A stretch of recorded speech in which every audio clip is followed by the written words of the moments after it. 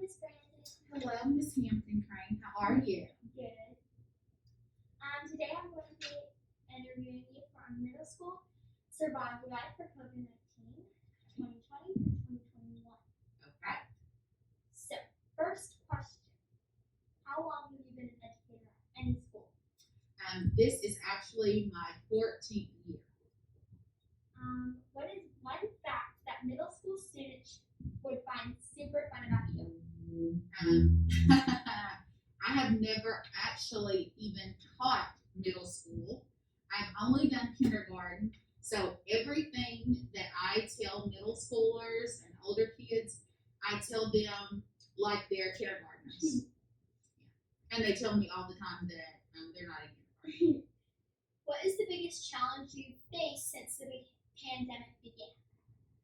Just really trying to keep up with all of the new safety protocols so that the teachers don't have to, just trying to help make up some of those plans and help them keep them in place because they've got to teach and worry about that. So that's one of the biggest things that administrators that we have to do.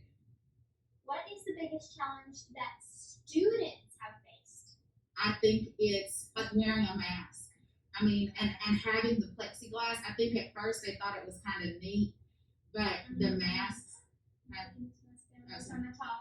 the masks are the worst things for them because they get tired of them, and then sometimes you feel like you can't hear, so you pull it down, and then you've always got somebody telling you to pull it back up. So I think that's the worst. My teacher would always, when she was reading the book, she would be like, okay, this is the first chapter, and then read, and then as soon as she stopped reading, she would just pick up. Yeah. Are you sad that your job as the assistant principal has had to start during COVID-19? I am, because I was really, really looking forward to this year, and I just, I still love it, but it's not what I expected it to be, and I just kind of hate that for everybody, but I really hate that it started off here like that. If you had to spend all day in one place, which would you choose? The cafeteria, the classroom, or the playground? Oh, hands down, the classroom. I do not want to do the cafeteria. It always messes up my hair. There's always too much going on. If you didn't have to work there, but if you just had to spend the day there. Oh, it would still be the classroom. Classroom, I just love the kids. What classroom would it be? Like what grade? Kindergarten, all day long. But I had Julie kindergarten and I loved it. How is each of these places different now that COVID has made life different? Well, the playground, we just started letting everybody get balls again because sharing the balls, sweat, and all that stuff, we had to get really strategic. So now you can't share the same balls as another grade level.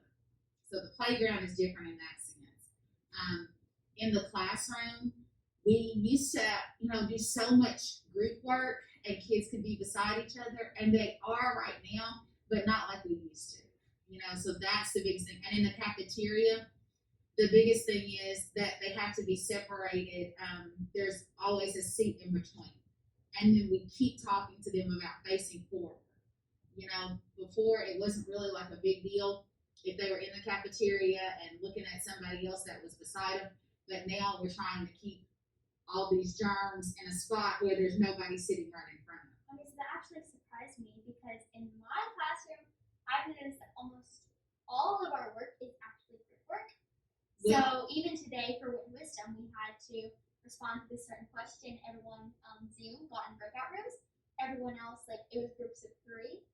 And they weren't really, really close together, so they had a big sheet of paper so that each of them was on the corner, so they weren't heads together at least. And you know what? The good thing is you got Miss Patrico, and she's really great at doing stuff like that. And sometimes teachers like her have to help other teachers who don't know how to be strategic and still do group work.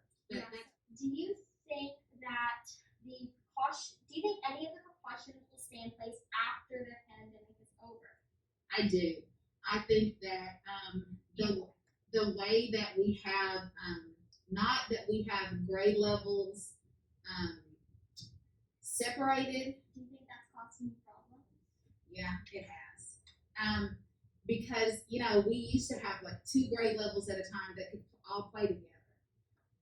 We want that back, but what we do like is that they have opportunities to go different places that we didn't have them do before. Mrs. Trickle has been, because she's the one helping us with this, Yeah. right?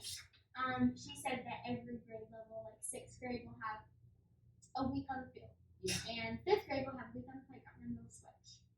And it's kind of forcing people to go to different places that they haven't been before. So I do kind of like that, but I know that they miss being with other grades.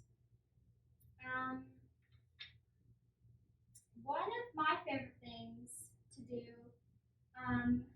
is watch life hacks on YouTube. Do you have any life hacks for the middle schoolers that you could recommend? For as far as COVID-19 or period? As far as COVID-19.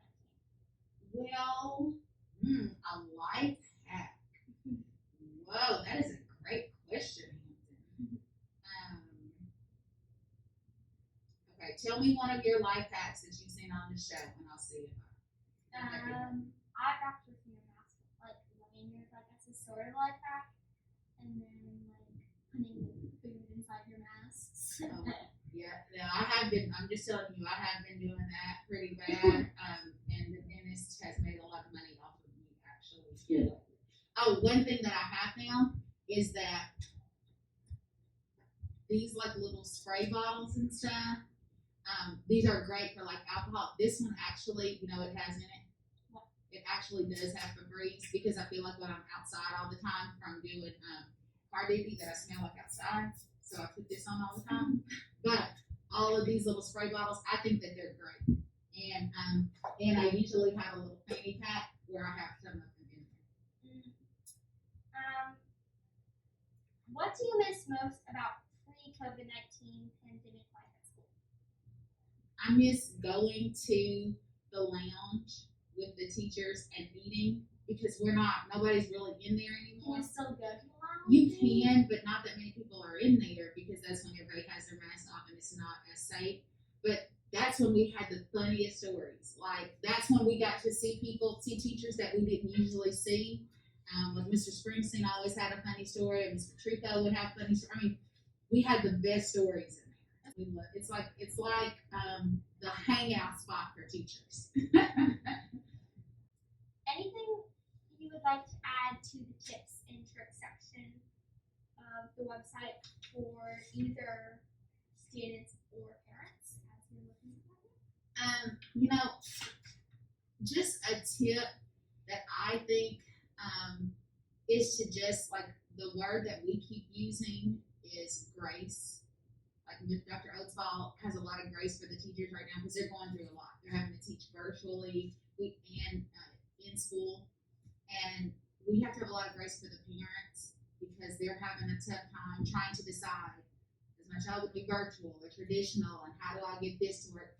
And so we're trying to be better communicators and trying to be more caring. And so I think that if we think about people, like, we are all trying to do the best that we can right now, and it looks different for different people. So yeah, I think it's really important that if no matter which option you choose, you really look at the plan that the district set out because they have a really good plan.